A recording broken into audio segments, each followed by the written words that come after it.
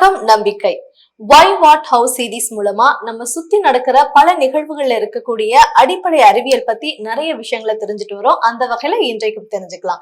அறிவியல் ரீதியான தகவல்களை நம்ம கூட பகிர்ந்துக்கிறதுக்காக மூத்த பத்திரிகையாளர் திரு திருஞானம் சார் அவர்கள் இருக்காங்க. சந்திக்கலாம். வணக்கம் சார். வணக்கம் சார், நிலவுல முதல் மனிதன் இறங்கி கால் வச்ச பிறகு அதுக்கப்புறம் மனிதர்கள் அங்க போலாம், மனிதர்கள் வாழலாம், கால் வைக்கலாம் அப்படின்ற ஒரு கான்பிடன்ஸ் அவங்க கொடுத்தாங்க. ஆனா அந்த முதல் மனிதர் கால் வச்ச பிறகு 50 வருடங்களுக்கும் மேல ஆயிடுச்சு அடுத்தடுத்த மனிதர்கள் அங்க போறதுக்கு. என்ன காரணம் சார்?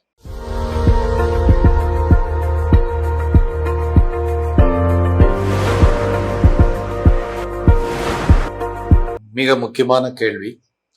1969ஆம் ஆண்டில் நிலவில் முதலாக மனிதன் கால் அடி எடுத்து வைத்தான்.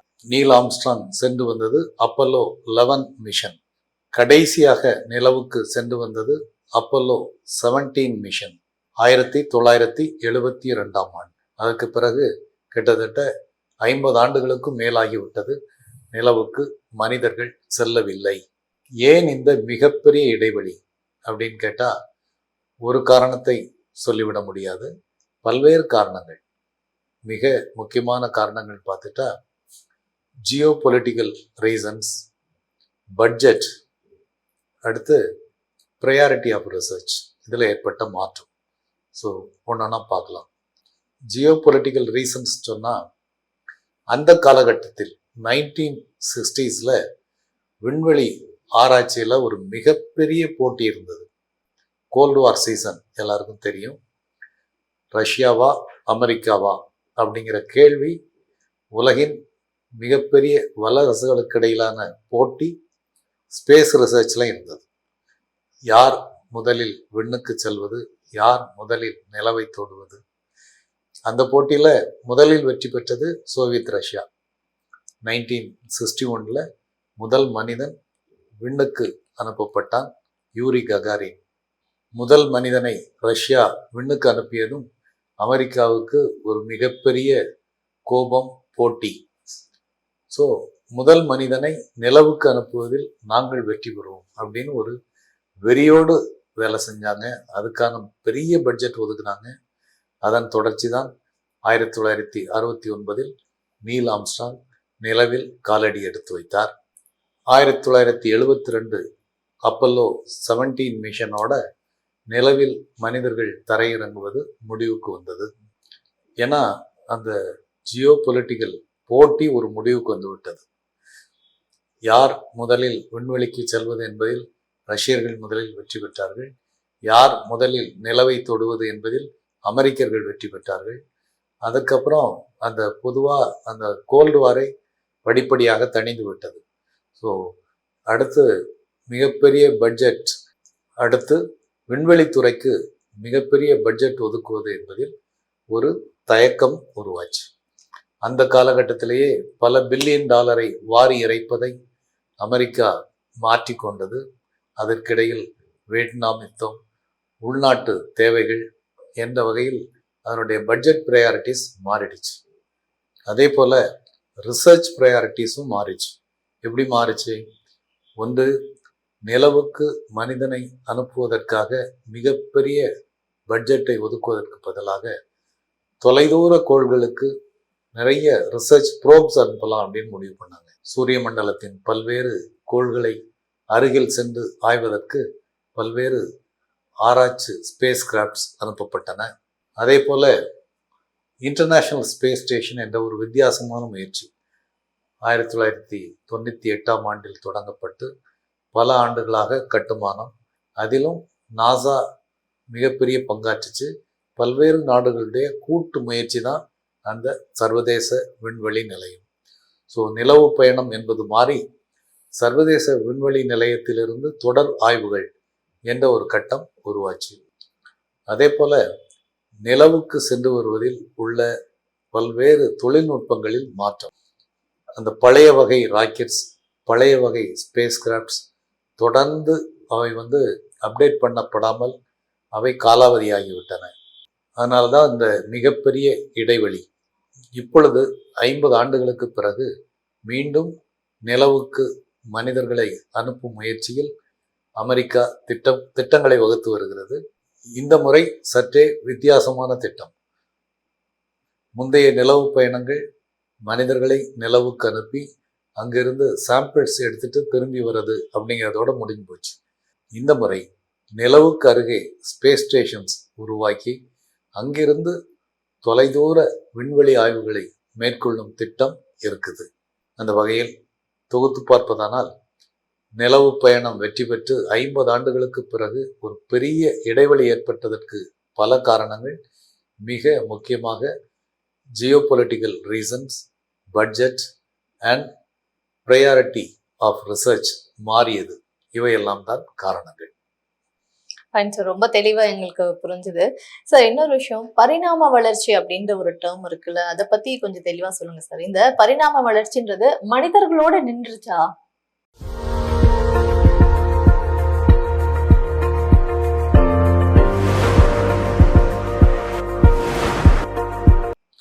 பரிணாம வளர்ச்சி மனிதர்களுடன் நின்று விட்டது என்று கூறப்படுவது ஒரு பொதுவான தவறான புரிதல்.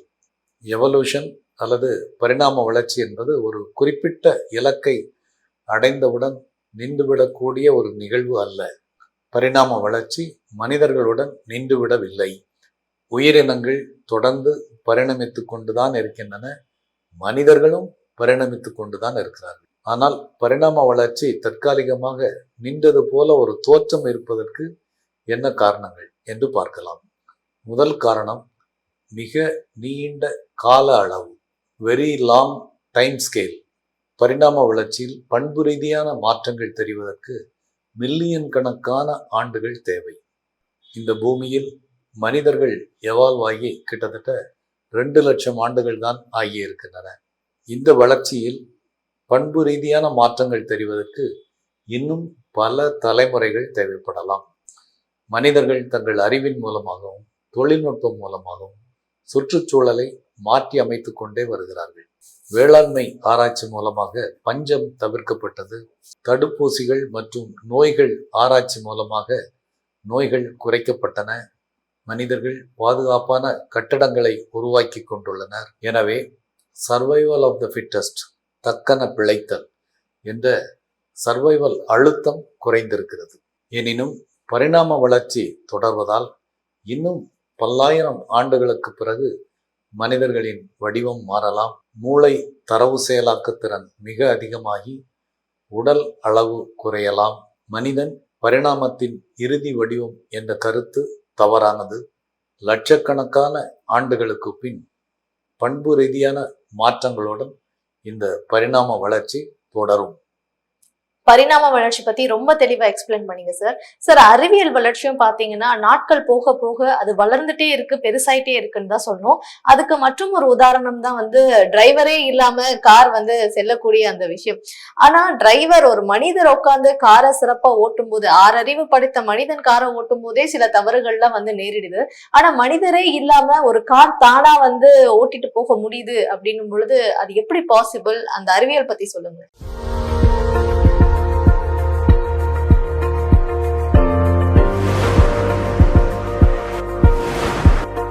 ஓட்டுநர்கள் இல்லாத கார்கள், டிரைவர்லெஸ் கார்ஸ், இவை artificial intelligence, sensors, complex softwares இவற்றின் ஒருங்கிணைப்பின் மூலமாக மனித தலையீடு இல்லாமல் தானாகவே இயங்கும் வாகனங்கள் ஆகும். Automation, sensor, AI, GPS, software control இவற்றின் மூலமாக காரையே டிரைவர் ஆக்கிவிடுவதுதான் டிரைவர்லெஸ் கார் தொழில்நுட்பம். 3 அடிப்படைகளில் டிரைவர்லெஸ் கார்ஸ் செயல்படுகின்றன. நம்பர் 1, சூழலை அறிதல், சென்சிங் த என்விரான்மெண்ட். நம்பர் 2, முடிவெடுத்தல், making decisions with AI, artificial intelligence. Number 3, வாகன கட்டுப்பாடு, வெஹிக்கிள் கண்ட்ரோல். நம்பர் 1, சூழலை உணர்தல். இதில் சென்சார்ஸ் மிகப்பெரிய ரோல் பண்ணுது. இதில் முதல் கட்டம் lidar, light detection and ranging. இது லேசர் ஒளியை பயன்படுத்தி சுற்றியுள்ள பொருட்களின் 3D வரைபடத்தை உருவாக்குகிறது. இதன் மூலம் கார் தன்னை சுற்றியுள்ள வாகனங்கள், மரங்கள், மனிதர்கள், சுவர்கள் அனைத்தின் தூரத்தையும் வடிவத்தையும் துல்லியமாக கணக்கிடுகிறது.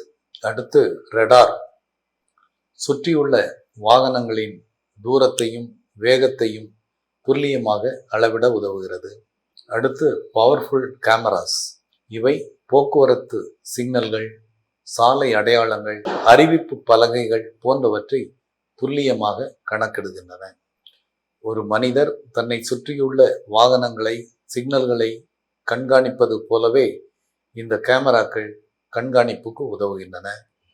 கார் தன்னுடைய இருப்பிடத்தை உணர்ந்து கொள்ளவும், செல்லும் இடத்தை துல்லியமாக தெரிந்து கொள்ளவும் ஜிபிஎஸ், மேப்ஸ் இவை உதவுகின்றன. இப்படி தன்னுடைய சுற்றுச்சூழலை துல்லியமாக கணித்து கொண்டுள்ள டிரைவர்லெஸ் கார் முடிவுகள் எடுப்பதற்கு ஆர்டிஃபிஷியல் இன்டெலிஜென்ஸ் உதவுகிறது. சுற்றியுள்ள மனிதர்கள், வாகனங்கள் என்ன செய்கிறார்கள், எங்கு செல்வார்கள் என்பதையெல்லாம் பில்லியன் கணக்கான தரவுகள் அடிப்படையில் பகுப்பாய்வு செய்து முடிவெடுக்கிறது. தனது சொந்த பயணப்பாதையை முடிவு செய்வது, திருப்புவது, வேகம் எடுப்பது, பிரேக் போடுவது போன்ற பல்வேறு முடிவுகள் எடுப்பதற்கும் மெஷின் லேர்னிங் அடிப்படையில் இந்த டிரைவர்லெஸ் கார்கள் பயிற்சி பெறுகின்றன. இவ்வாறு தன்னை சுற்றி இருக்கும் சூழலை கணித்து முடிவுகள் எடுத்து செயல்படுத்தும் இந்த டிரைவர்லெஸ் கார் தேவையான கட்டுப்பாடுகளை உடனுக்குடன் செயல்படுத்தவும் கற்றுக்கொள்கிறது. ஓட்டுநர் இல்லாத கார்கள், இந்த டிரைவர்லெஸ் கார்ஸ் மனிதர்களை விட துல்லியமாக முடிவுகள் எடுக்கவும் செயல்படுத்தவும் பயிற்றுவிக்கப்பட்டுள்ளன. எனினும் இந்த கார்கள் இன்னும் சோதனை கட்டத்தில்தான் உள்ளன. மேலை நாடுகளின் சில நகரங்களில் குறைவான அளவில் இவை பயன்பாட்டுக்கு வந்துள்ள போதும் ஏஐ மூலமாக தொடர்ந்து மேம்படுத்தப்பட்டு வருகின்றன. டிரைவர்லெஸ் காரை பத்தி நாங்க கேள்விப்பட்டிருக்கோம். பட் உங்க பதில் மூலமா ரொம்பவே தெளிவா அதை பத்தி நாங்க தெரிஞ்சுக்கிட்டோம். இன்றைய வை வாட் ஹவு சீரிஸ் ரொம்பவே பயனுள்ளதா இருந்தது. Thank you so much sir. நன்றி சார்.